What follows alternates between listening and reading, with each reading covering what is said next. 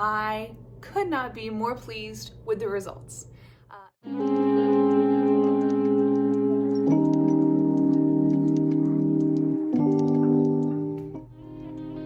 Well, hello again. Yes, it's me, Catalina.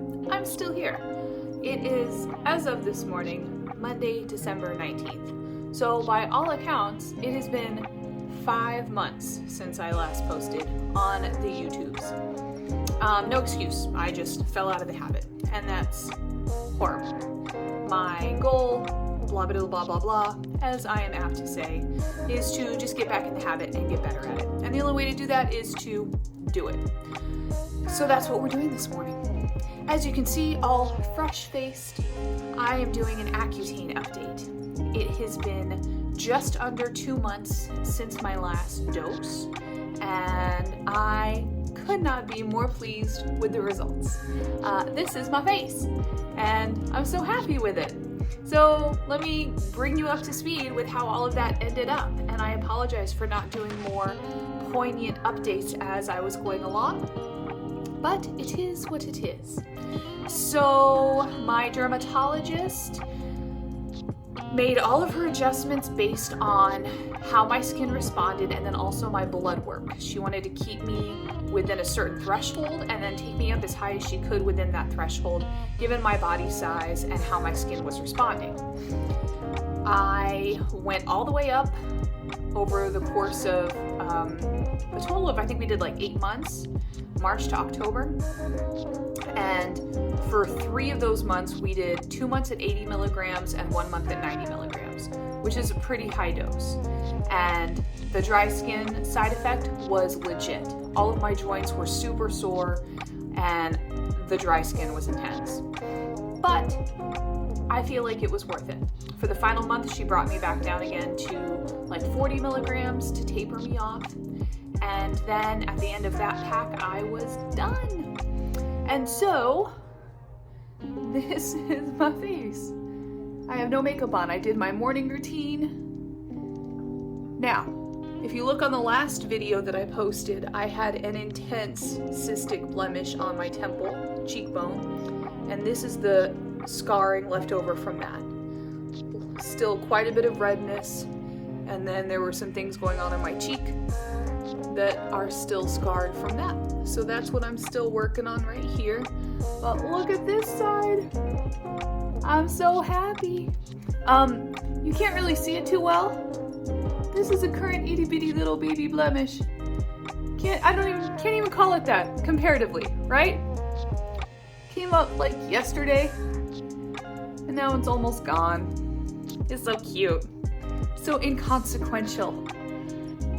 So that's what happens now. I'll get this itty bitty little nothing. It'll process within like a day, within like 8 hours, then it's gone. It's nice. So, was it worth it? Hell yeah. Would I do it all over again? Shit yeah. And I am incredibly pleased with how it all went down over the last year. It was tough in a lot of ways. The skincare regimen, the dry skin, having to check in monthly with a government website, multiple modes of birth control, going down to the dermatologist every month. You got to spend a pretty fair amount of money, but it was worth it. My before and after, how I feel about my skin, the makeup that I wear, and the makeup that I don't feel I necessarily have to wear anymore when I don't want to. Totally worth it.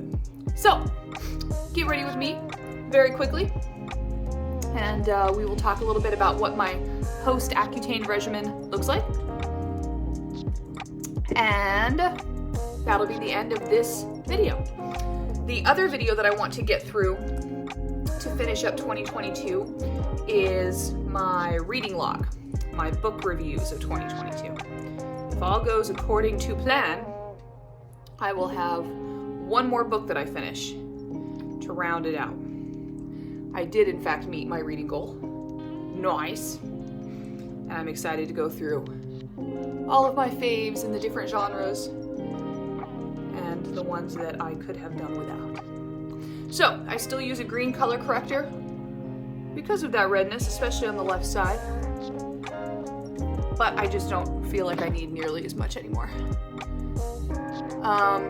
In the first couple months after you're done with Accutane, your skin is still incredibly sensitive. And so you don't want to be jumping in with anything too intense at all. Like no acid peels or hardcore treatments like that. And so I have still been treating my skin just incredibly gently like I was on Accutane. Sunscreen is so your friend, for goodness sake. You should be doing that anyway. I shouldn't have to tell y'all that. Wear your sunscreen. And then I went back almost immediately on an every other day regimen of tretinoin, retinol, prescription strength. Retinol's your friend, y'all. Stuff's like magic in a bottle. What else? Hydration is still super important. Skin is not nearly as dry as it was before, thank goodness. Like I said in my last video, I got to the point where these little folds in my ear would crack and bleed. That's how dry my skin was. I had to shove Aquaphor all up in there. So, not nearly as dry as that, but still, I just don't want to do that. I feel like the whole type and texture of my skin is just different and changed. And so I'm treating it as though I were still on Accutane. However, I have started using a very gentle chemical exfoliant every other day called PHA. So you have your AHAs and your BHAs, right? Those are your really classic alpha hydroxy acids and beta hydroxy acids. PHAs are even more gentle than that. The compounds are huge, so they can't penetrate the skin nearly as deeply as those other more common ones do. I'm a chemist now. And so I have been using that every other day, alternating when I do my tretinoin, okay? So alternating days. And my skin has not reacted negatively at all. I've been doing this for about a month and a half now with no consequences. I even use it on my neck and on my upper chest there, and I've had no redness, no peeling, no dryness, nothing. So that tells me that my skin barrier is healthy and that I'm responding really well to that regimen.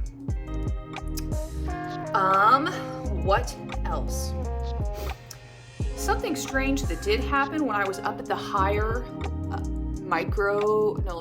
milligrams of Accutane was the tattoo that I got last year. I finished that up before I started my Accutane regimen. It was a cover-up, okay? So I was going over those kanjis on my spine.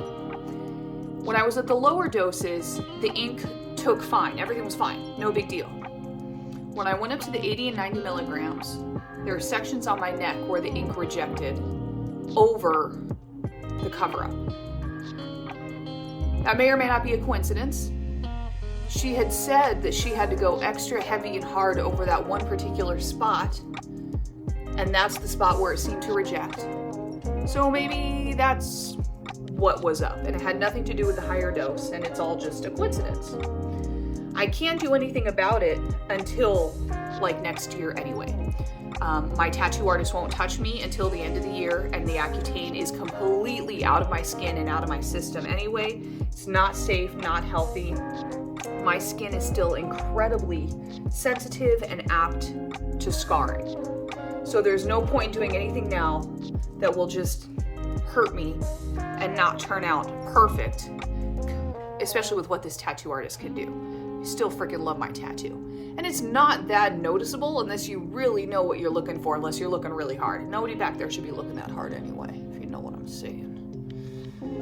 So that was one of the strange things that came out of all of this. What I'm most excited about, that I never had the opportunity for like the 10 years that I had cystic acne, is being able to like play around with products and try fun, cute new things. I don't like trendy skincare in general, but I do like the idea of being able to try a product and not immediately have it break me out into both like, you know, superficial whiteheads and then super deep cystic blemishes that'll stick around for 3 to 6 months. So I'm excited about that. I think that will be fun. I'm still using the same makeup regimen that I have been. I really love the ColourPop Pretty Fresh. It is cost effective. It is moisturizing, made with hyaluronic acid. And I love the coverage. It's just right. Lets enough of my natural skin come through. Now, something I really like saying right now, because I actually feel really good about it, is it's the 19th. In like 2 weeks, I turn 39. This is the last year of my 30s. And legit, I feel really good about that. I feel like I've taken really good care of my skin in my 30s. I spent this year with the focus being on healing my acne. And my dermatologist and I'm pretty sure I've made this really clear. She's also like one of my best friends. She's part of my core group of women that I'm just so damn grateful for. And she's seen me go through this whole process over my entire life. I've known her since childhood. And so she took care of me, not just as a doctor and dermatologist, but as a friend, with that sort of compassion and love. And, you know, on the days where things would go well for a week or two and I'd have this light at the end of the tunnel, and then I'd have more, you know, pop back up again, because that's how this kind of process works. It's not linear. It wasn't just a straight shot from where I was to where I am now. Just like everything in life, it was ups and downs. And on those days, I'd text her and be like, you know, what the hell? I can't see the light at the end, and it's never going to heal, and this is just who I am. And she was like, pump those brakes. No, this isn't just who you are, and we're going to get there. And I love you, and be patient. She was very gentle with me. And my poor little cystic acne prone broken spirit. Because legit, freaking weighs on you, man. I was just so tired of it. It hurt. Like physically. Yeah, it hurt emotionally, because that's like the first thing that I saw and that I assumed other people saw of me. And whether or not that was true didn't matter, because that was my perception. So, point being, now that that is healed, and that journey has been kind of this year completed, I am turning 39 with so much freaking excitement and genuine, I don't know, I just feel good, excited. I know that it can be daunting getting older, but I heard a quote years ago that says, you know, getting older is a luxury afforded to few. And I genuinely believe that's true. Embracing your aging process, wearing sunscreen, learning how to adjust your skincare regimen, both for men and women. I think that there's just as much pressure on men as there is on women to age in a certain way. And then, like, you know, do you? There is pressure, but at the same time, fuck it. Do you?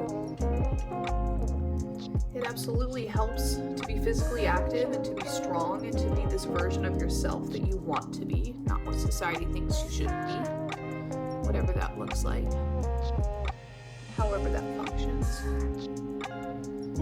It helps to eat healthy more often than not, to enjoy yourself sometimes.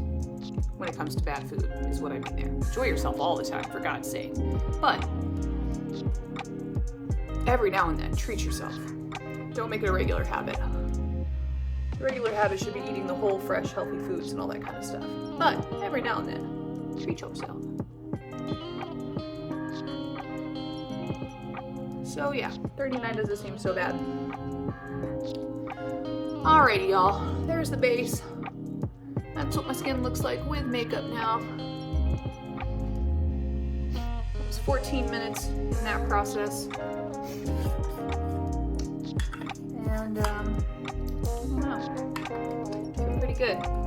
Excited. I'm happy. Really, really grateful for my results. I'm grateful that I responded to the medication. I'm hopeful that I don't kind of like relapse back into it. Those itty bitty little baby blemishes that come up don't worry me. I don't assume the worst. And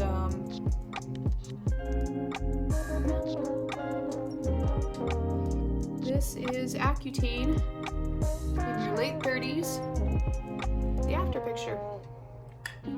If you are serious about this kind of treatment, if you have struggled with severe, moderate, or severe acne for a long time and you've tried literally everything else, then talk to your dermatologist, talk to your doctor, and see if that's an option for you. But keep in mind that it's serious.